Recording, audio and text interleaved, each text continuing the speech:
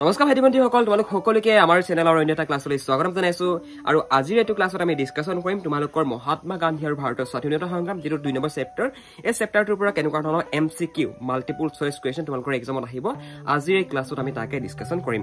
গতিকে তুমি যদি মেট্ৰিক পৰীক্ষাৰ কাৰণে প্ৰিপাৰেশ্যন চলাই আছা, তেনেহ'লে ক্লাছটো সম্পূৰ্ণ শেষলৈকে চাবা। এই ক্লাছটোৱে তোমালোকক বহুখিনি ক্ষেত্ৰত হেল্প কৰিব। এতিয়া হিমান্ত গান্ধী হিচাপে কাক জনা যায়? বিভিন্ন ধৰণৰ নাম আছে, দেখিছা। ইয়াৰ শুদ্ধ উত্তৰটো হৈছে খান আব্দুল গফুৰ খান।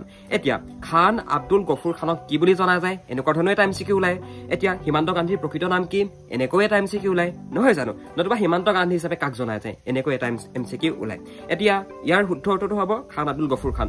মানে 3টা ওলক 4টা ওলক, যেনেকুৱা ধৰণে নোলক লাগে, তোমালোকে এই বস্তুবিলাক মনত ৰখাবা। মানে তোমালোকৰ পৰীক্ষা যে কেৱল মাত্ৰ হিমান্ত গান্ধী হিচাপে কাক জনা যায় সেনেকুৱা ধৰণে আজি আহিব, সেনেকুৱা কথা নহয়। মানে যে হিমান্ত গান্ধীৰ প্ৰকৃত নাম কি, সেইটো প্ৰশ্ন আহিব। 5টামান অপশ্যন থাকিব, 4টা অপশ্যন থাকিব। 4টাৰ ভিতৰত এটা তোমালোকে লিখিব লাগিব। তেতিয়া কি লিখিবা? খান আব্দুল গফুৰ খান বুলি তোমালোকে লিখিব লাগিব।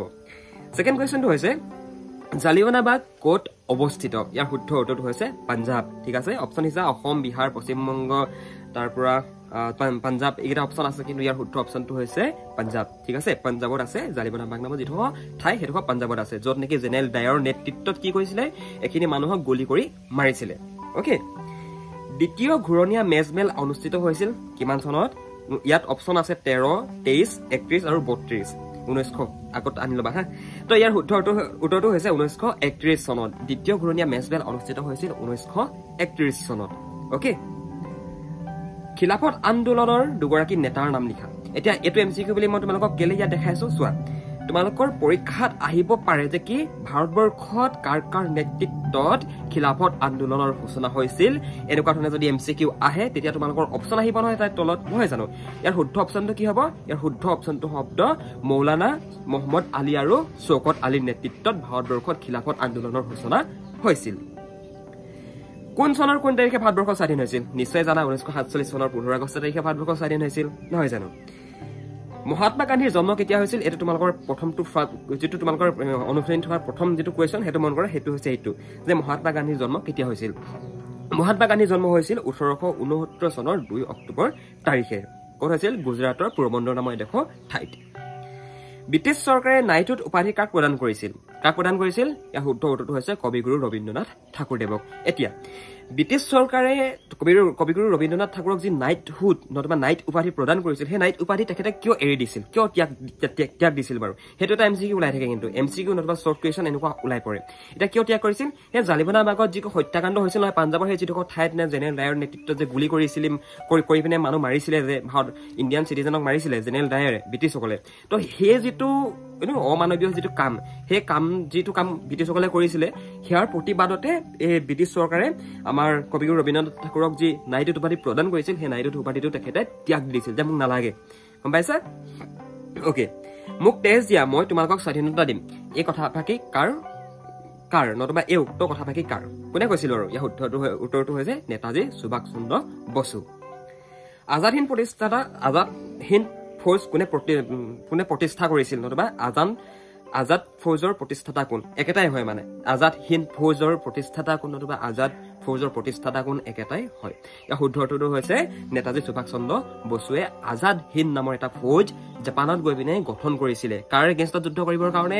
ব্ৰিটিছৰ এগেইনষ্টত যুদ্ধ কৰিবৰ কাৰণে, বুজিলা? মানে বন্দুক বাহিনী লোৱা এটা ফৌজৰ কথা কোৱা গৈছে ইয়াত। মহাত্মা গান্ধীয়ে বিশ্বাস কৰিছিল সত্যাগ্ৰহ, মানে নন ভাইলেঞ্চ, অহিংসা। ব্ৰিটিছসকলক আমি খেদিম, কিন্তু আমি অহিংসাভাৱে খেদিম। কিন্তু নেতাজী সুভাষ চন্দ্ৰ বসুৱে সেই আমাৰ মহাত্মা গান্ধীৰ যিবিলাক আদৰ্শ আইডিয়লজি, সেইবিলাকত মানে সিমান তেখেতে মানে ভাল পোৱা নাছিলে মানে। আৰু সেইটো কাৰণে এক্সট্ৰাকে ব্ৰিটিছৰ এগেইনষ্টত ফাইট কৰিবৰ কাৰণে বন্দুক বাহিনী লোৱা এটা সংগঠন নতুবা এটা ফৌজ গঠন কৰিছিল, যাক কোৱা হয় আজাদ হিন্দ ফৌজ। গম পালা? অ'কে, এইটো প্ৰশ্ন মন কৰা, জালিৱানাবাগৰ হত্যাকাণ্ড কাৰ নিৰ্দেশত হৈছিল? কাৰ নিৰ্দেশত হৈছিল? ইয়াৰ শুদ্ধটো হৈছে জেনেৰেল ডায়াৰৰ নিৰ্দেশত। মই তোমালোকক আগত কৈ আহিছো জেনেৰেল ডায়াৰ বুলি, নহয় জানো? তো একেটা কথাই হয়। মানে সত্যাগ্ৰহৰ ভিত্তি কি? সত্যাগ্ৰহৰ ভিত্তি হৈছে অহিংসা। সত্যাগ্ৰহ শব্দটো অৰ্থ হৈছে সত্যৰ প্ৰতি আগ্ৰহ ডেট ইজ কল সত্যাগ্ৰহ ভাইটি ভণ্টিসকল এইকেইটা আছে তোমালোকৰ মষ্ট ইম্পৰ্টেণ্ট MCQ আৰু মই তোমালোকক এটা সাজেশন দিব বিচাৰো তোমালোকে MCQ কেনেকৈ মনত ৰাখিবা গম পাইছানে তোমালোকে এক্সট্ৰাকে আকৌ তোমালোকে ভিডিঅ' নতুবা এক্সট্ৰাকে তোমালোকে আকৌ কিবা ক্লাছ ল'ব দৰকাৰ নাই তোমালোকে MCQ মনত ৰাখিবৰ কাৰণে সদায় শৰ্ট কুৱেশ্যন বিলাক তোমালোকে মনত ৰখুৱা শৰ্ট কুৱেশ্যন বিলাক যদি মনত ৰখাই যোৱা তেনেহলে তোমালোকে যেনেকুৱা ধৰণৰ MCQ নহওক লাগে তোমালোকে কৰিব পাৰিবা ক্লাসটো যদি ভাল পালা এটা লাইক কৰি দিবা আৰু যদি আমাৰ চেনেলত প্ৰথমবাৰৰ কাৰণে ভিজিট কৰিছা তেনেহলে সাবস্ক্ৰাইব তলত যেটো সাবস্ক্ৰাইব বটন আছে তো ক্লিক কৰি পিনে দবাই দিবা ওকে বাই বাই অভিভাৱকসকল আপোনাৰ ল'ৰাজন অথবা ছোৱালীগৰাকী ইংৰাজী সাবজেক্টত দুৰ্বল নেকি আপোনাৰ ল'ৰাজন অথবা ছোৱালীগৰাকীয়ে ইংৰাজী সাবজেক্টটো বুজি নাপায় নেকি পঢ়িব নোৱাৰে নেকি যদি ভাবিছে যে আপোনাৰ ষ্টুডেণ্টজন আপোনাৰ ল'ৰাজন অথবা ছোৱালীগৰাকী ইংৰাজী সাবজেক্টটো দুৰ্বল আৰু আপুনি যদি আমাৰ থ্ৰুৱেদি আমাৰ আলোচনা একাডেমীত যদি আপুনি আপোনাৰ ল'ৰাজন অথবা ছোৱালীগৰাকীক এডমিশ্যন দিয়াই পঢ়াব বিচাৰে তেনেহলে আপোনালোকে এই নম্বৰটোত আমালৈ এটা ফোন কৰিব পাৰে নতুবা ডেসক্ৰিপশনত এখন ফৰ্ম আছে ফৰ্মখন ফিল আপ কৰি দিব আমি আপোনালোকক নিজে যোগাযোগ কৰি লম আমি আমাৰ একাডেমীত আপোনাৰ ল'ৰাজন আৰু আপোনাৰ ছোৱালীগৰাকীক আমি সম্পূৰ্ণ ইংৰাজী বিষয়টো শিকাই দিম পৰীক্ষাত কোনবিলাক প্ৰশ্ন আহিব ইংৰাজী বিষয়টো আমি কেনেকৈ পঢ়িলে আমাৰ মনত থাকিব আমি সকলোখিনি কথা তেওঁলোকক আমাৰ অনলাইন পৰ্টেলত আমি গাইড কৰি দিওঁ গতিকে আপুনি যদি এই সন্দৰ্ভত সবিশেষ জানিব বিচাৰিছে তেনেহলে আপুনি এই ফোন নম্বৰটোত এটা ফোন কৰক আমাৰ টিমে আপোনালোকক সম্পূৰ্ণ গাইড কৰি দিব আপোনালোকে এডমিশ্যন কেনেকৈ কৰিব লাগিব কেনেকৈ পঢ়িব লাগিব কেনেকৈ ক্লাছ কৰিব লাগিব সকলোখিনি কথা আমাৰ টিমে আপোনালোকক গাইড কৰি দিব আপোনালোকে এই ফোন নম্বৰটোত এটা ফোন মাৰিলে হৈ যাব